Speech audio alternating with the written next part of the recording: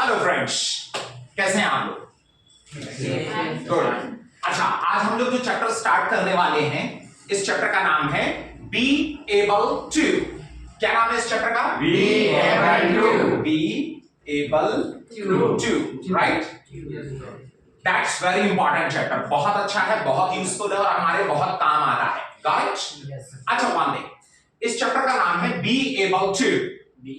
इस चैप्टर में हमें बी चैप्टर की साफ साफ दिख रहा है कि पूरी जरूरत पड़ेगी बिल्कुल, क्योंकि बी चैप्टर आ गया, राइट ना? और इसके पहले हम लोग बी चैप्टर पढ़ चुके हैं और बी के बारे में सभी लोग सारी चीजें जानते हैं। भाई बी का मतलब होता है होना, बनना, रहना, राइट? और बी को प्रेजेंट में क्या लिखा था हम लोगों ने?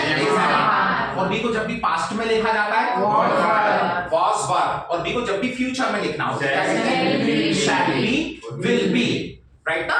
तो बी के बारे में तो सारी बातें बिल्कुल क्लियर है। और अब ये ऐसा इंपॉर्टेंट चैप्टर है बी जो हमें आखिरी तक मदद करेगा हमारी इंग्लिश सीखने में। बी चैप्टर की दम पर हम लोग पूरी इंग्लिश के बहुत सारे चैप्टर बहुत इजीली पढ़ लेंगे, जो बहुत कठिन चैप्टर है। जैसे जो बी एबल टू है ना, ये भी काफी डिफिकल्ट चैप्टर होता है, बट बी चैप्टर हम पढ़ चुके हैं, इसलिए अब ये चैप्टर हमारे लिए बहुत इजी हो जाएगा। Got it? अच्छा, बी के बारे में कुछ बताने की अब जरूरत ही नहीं है, सारी चीजें क्लियर है। एबल, एबल का मतलब आप लोग जानते हैं? A B L E, able का मतलब होता है सक्षम, राइट? सक्षम मतलब होता है योग्य, लायक। और एक और वर्ड होता है U N A B L E, unable. Unable का मतलब होता है असक्षम, असक्षम, अयोग्य। अच्छा, वन थिंग, ये दो वर्ड आप याद रखना, एबल और अनेबल। अंडरस्टैंड? अच्छा, बी का मतलब होता है होना, एबल मतलब होता है सक्षम। तो बी एबल मतलब सक्षम होना। गॉट? अच्छा, बस इस चैप्टर में हम लोगों को यही पढ़ना है। गॉट? कि हम लोग किस काम को करने में सक्षम हैं और किस काम को करने में सक्षम नहीं है। गॉट? बी एबल, सक्षम होना, जैसे मैं इंग्लिश बोलने में सक्षम हूं, मतलब मेरी ताकत है। मैं क्रिकेट खेलने में सक्षम हूं, मैं वहां जाने में सक्षम हूं, मैं यहां आने में सक्षम हूं, मैं ये काम करने में सक्षम हूं। किसी भी काम को करने में सक्षम हैं या सक्षम थे या सक्षम होंगे। अच्छा, इस चैप्टर को हम लोग प्रेजेंट में, पास्ट में और फ्यूचर में, तीनों में एक साथ पढ़ सकते हैं। क्यों? क्योंकि बी चैप्टर को हम लोगों ने बहुत अच्छे से प्रेजेंट में अलग पढ़ा हुआ था, पास्ट में अलग पढ़ा हुआ था, फिर हम लोगों ने इसको फ्यूचर में अलग पढ़ा हुआ है, राइट ना? इसलिए अब बी एबल टू को 3 दिन तक या अलग अलग पढ़ने की जरूरत नहीं, इसको अलग अलग पार्ट्स में, इसको हम लोग प्रेजेंट में, पास्ट में, फ्यूचर में, तीनों में एक साथ पढ़ सकते हैं। करेक्ट? किसी काम को करने में सक्षम है या सक्षम थे या सक्षम होंगे। करेक्ट? मतलब प्रेजेंट में भी है, पास्ट में भी है और ये फ्यूचर में भी है। क्लियर? Yes sir. अच्छा, हिंदी में तो समझ में आ गया भाई, मैं इंग्लिश बोलने में सक्षम हूं, या फिर मैं इंग्लिश बोलने में सक्षम था, या फिर मैं इंग्लिश बोलने में सक्षम रहूंगा या फिर होऊंगा। करेक्ट? पर इंग्लिश में कैसे बनाओगे, उसके लिए हमें फॉर्मूले सीखने पड़ेंगे। तो पहला फॉर्मूला क्या होगा? First we have to use, सबसे पहले हम लोग सब्जेक्ट लिखते हैं, I, you, we, he, she, right? जो भी सब्जेक्ट होंगे वो लिख देंगे। फिर बी, तो बी को प्रेजेंट में क्या लिखा जाता है? Am are. और यदि बी को पास्ट में लिखना होगा तो क्या लिखेंगे? was, were। करेक्ट? और यदि बी को फ्यूचर में लिखना हुआ तो क्या लिखा जाता है? shall be, will be, right ना? हम लोगों ने पढ़ा था ना, बी को जब भी प्रेजेंट में लिखना होगा तो क्या लिखेंगे? is am are। बी को जब भी पास्ट में लिखना होगा तो was were, और बी को जब भी फ्यूचर में लिखना होगा तो shall be, will be। Correct? इनके बारे में हम सारी चीजें जान चुके हैं बी चैप्टर में। क्लियर? अच्छा, इसके बाद अब बी तो आ गया, अब एबल टू क्या बचा यहाँ पर? Able to, then first of the main verb, then object, verb का फर्स्ट फॉर्म, फिर उसके बाद आखिरी में क्या बचता है? ऑब्जेक्ट। गॉट? Yes sir. अच्छा, अब सेंटेंसेस कैसे बनाओगे? मैं इंग्लिश बोलने में सक्षम हूं, होना बताया जा, इसमें भी तो होना बताया जा रहा है। मैं इंग्लिश बोलने में सक्षम हूं तो बोलो I am able to speak English. आप तो 3 शब्द अपने दिमाग में सेट कर लो, आई एम एबल, ऐसे बोलते ना, I am Rahul, I am doctor, I am busy, बस ऐसे बोलना है, आई एम एबल। अच्छा, इसको पूरे कॉन्फिडेंस के साथ बोलना, क्योंकि इसमें हम लोग अपनी ताकत बता रहे हैं कि मैं सक्षम हूं। बोलो I am able to speak English, मतलब मैं इंग्लिश बोलने में सक्षम हूं। अच्छा, मैं इंग्लिश बोलने में सक्षम था, I was able able to speak English. मैं इंग्लिश बोलने में सक्षम था. अच्छा, मैं इंग्लिश बोलने में सक्षम रहूंगा. I will be able to speak English. I will be able. मैं क्रिकेट खेलने में सक्षम हूं. I am able to play cricket. मैं क्रिकेट खेलने में सक्षम था. I was able to play cricket.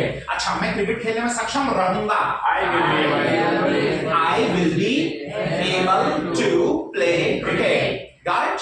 बोलो, I am able. मैं सक्षम हूँ. I was able. मैं सक्षम था. I will be able. मैं सक्षम रहूंगा. Got it everyone? Yes, sir. That's all.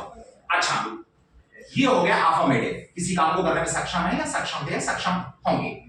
Second formula बनता है नेगेटिव. किसी काम को करने में सक्षम नहीं है या सक्षम नहीं थे या फिर सक्षम नहीं होंगे.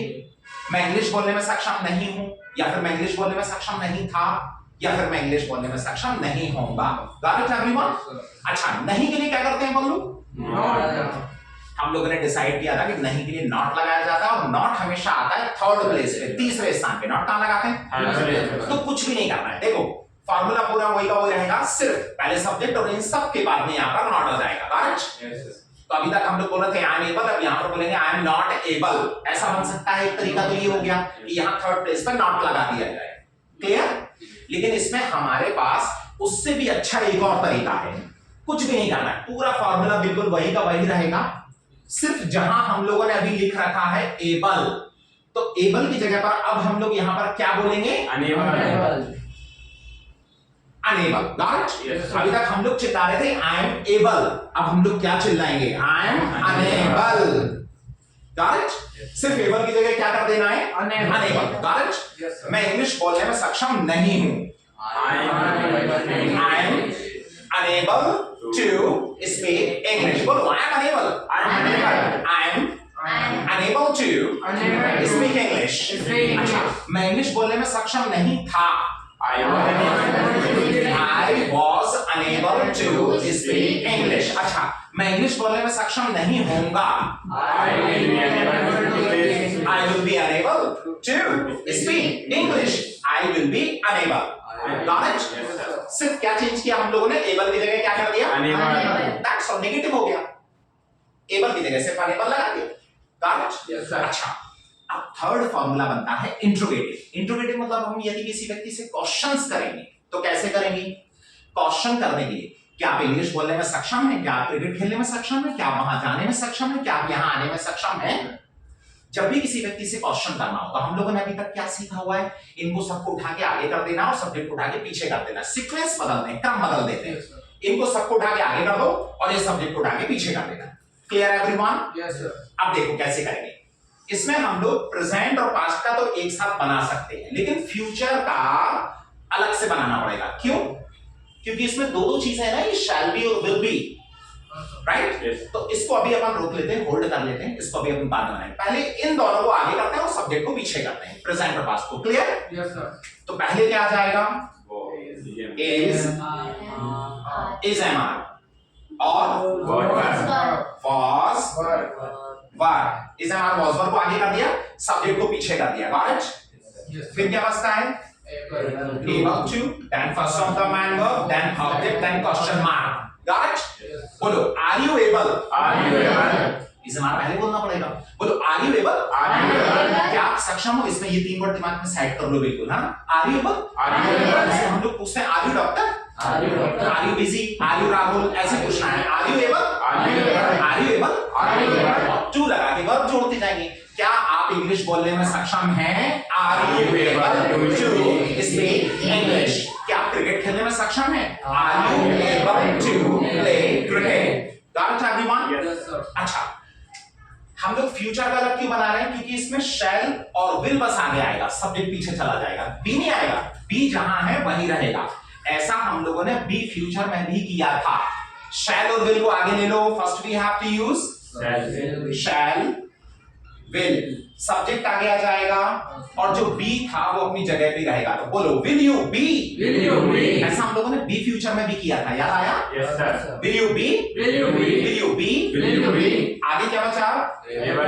able to First of the man verb, then object, then question mark. Got it? Yes, sir. क्या आप इंग्लिश बोलने में सक्षम रहोगे?